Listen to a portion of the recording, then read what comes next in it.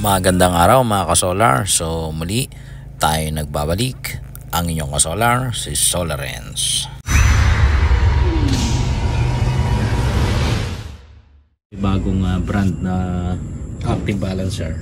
Ito ay kakaiba doon sa Active Balancer na nauna nating naipakita. Dahil ang mga Active Balancer na ginagamit natin dati ay capacitor type.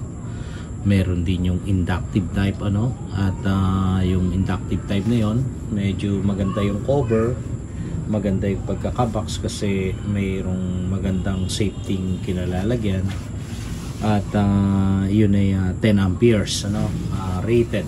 Yun ang rated amperahe o rated amperes ng Active Balancer na yon. At meron pa akong medyo maganda-ganda, mas malakas-lakas na Active Balancer at medyo mataas nga lang ang presyo. Ang tawag doon ay QNBBM na Active Balancer. So naipakita ko na rin yan sa mga nauna kong video. So sa ngayon, itong Active Balancer na ito ay gagamitin ko para sa dalawang pirasong high-G na battery.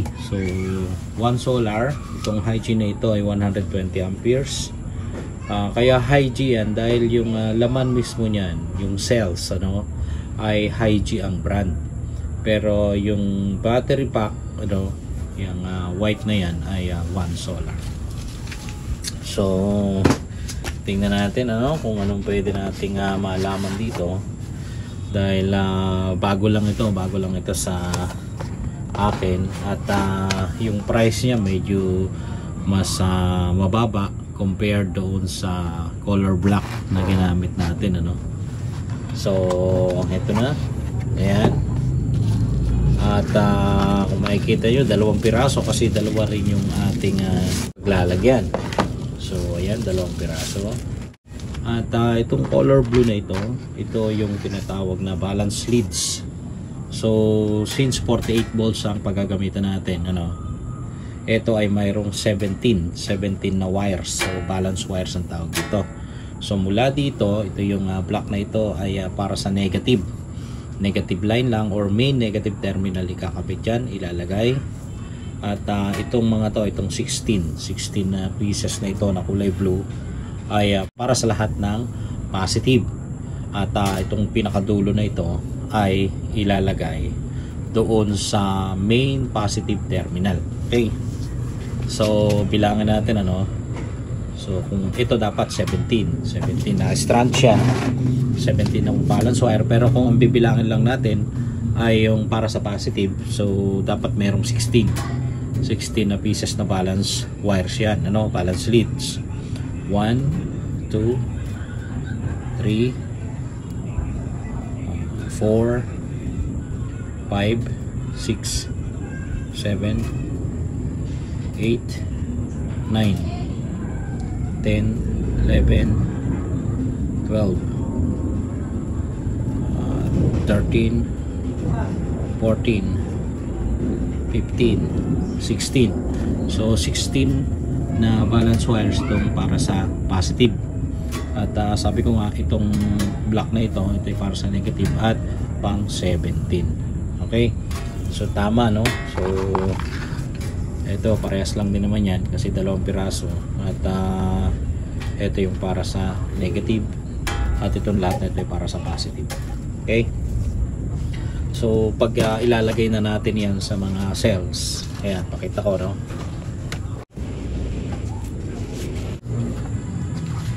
ayan. So pagka ilalagay na natin yan dito sa mga cells na ito, kasi ito kung makikita nyo mga kasolar, walang active balancer yan. So BMS lang yung nakalagay dito. At itong BMS na ito ay meron ding balancing mechanism, pero yun yung tinatawag na passive. So balancer yon, na sakalang nagpa-function yung passive balancing mechanism pagka umabot ng nominal voltage yung cells ng bawat isa. Ang nominal voltage ng bawat cell na ito ay umaabot sa 3.2 volts.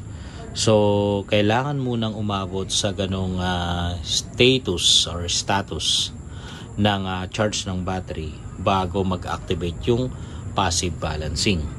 So kung ang nangyayari ay hindi pa umaabot sa 3.2, possible na hindi pa magkaroon ng pare-parehas na charge or level ng charge ang mga cells nito pagka hindi pa naaabot yung 3.2 na nominal voltage.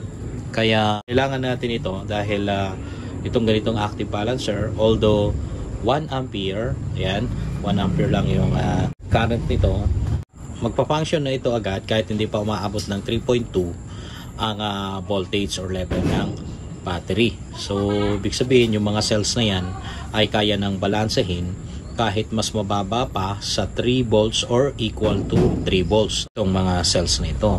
So iisa-isahin nga lang natin ang testing. Pero later on, meron pa rin naman akong extra na battery management system or BMS na mayroong Bluetooth. Kaya may chance na ma-monitor natin ang bawat isang piraso, ang bawat cell nito. So ituro ko na muna yung kung paano paglalagay. Ayan. So since itong balance leads ng BMS ay nakakonect na, susundan lang natin yan. Okay, kung makikita nyo, naka-negative doon.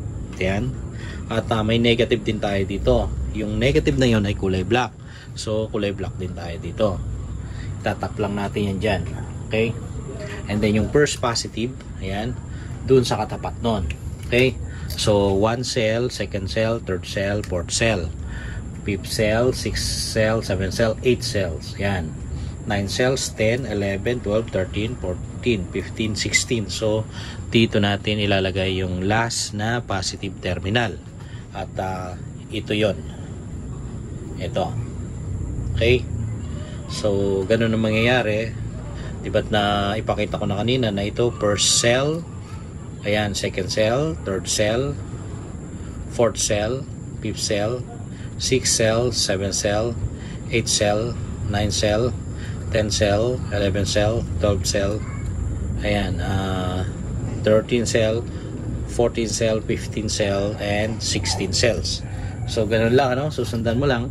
Ito yung positive dito, so first cell yan, second positive, third positive, fourth positive, fifth positive, sixth positive, 7 positive, 8 positive, ayan, 9 positive, 10 positive, 11 positive, 12 positive, 13 positive, 14 positive, 15 positive, at yung pinakalas 16 positive. Okay, so ganun lang kadaling maglagay nito kasi meron ka ng pattern. At ang kagandahan nitong active balancer na ito, ayan, ay covered na, kaya pwede mong ilagay lang dyan sa loob niyan. Once na i-connect na natin itong mga balance wires, ayan, papasok lang natin yan. Pero bago ka magpasok, kailangan matest muna natin kung tama yung connection. So may continuity. So dapat kung halimbawa ang voltage nito ay nasa 52.4 yung lalabas dyan sa monitor, dapat pag dito nag-test mula dito sa negative na to hanggang dito sa dulo, dapat 54 pa rin. Pwede rin namang bawat pagitan pataas ng pataas, so ibig sabihin gradual yan, doon sa in between negative at saka yung per cell, dapat nasa 3 volts yun or more hanggang sa umabot sa 52 volts. Pagka tinesta natin yung test probe, dito yung negative sa simula at saka dito sa dulo yung positive. So ang kagandahan nun, malalaman natin kung may mali tayong ginawa sa connection. At pag natapos na yon, pwede na nating isaksak dito, kumapit na yan. At kahit natin dyan ilagay sa ibabaw, okay lang, kasi safe naman yan, matatakpan naman mabuti yan. At since plastic nga, wala kang problema sa insulation. At since hindi ito conductor, hindi yan magkikreate ng short circuit. So yung short circuit, ibig sabihin nagkadikit ang positive at saka negative. Pero sa ngayon hindi ko maya-actual na ilagay ito dahil nga wala tayong yung mga pang-ipit So kailangan din natin dyan yung maliliit na shrinkable tube para naman magandang pagkakalagay. Lalagay ko sa description box yung link kung saan natin nabili ito. So ayan tandaan nyo mga ka-solar, 1 ampere lang yan. pero pwede sa LiPo 4, pwede sa lithium ion at 16 series yan.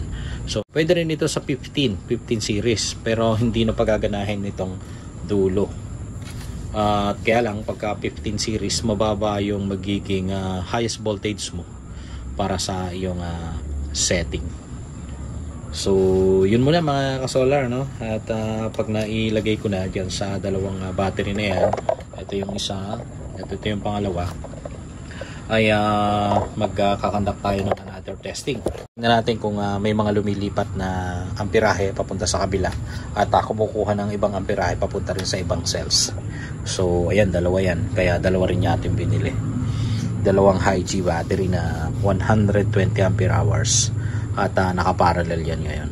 So pansamantala mga ka-solar, diyan na muna magtatapos ang ating video, no? At abangan ninyo ang actual na installation nito pagka nakabili na tayo ng yung ating mga terminals, ano?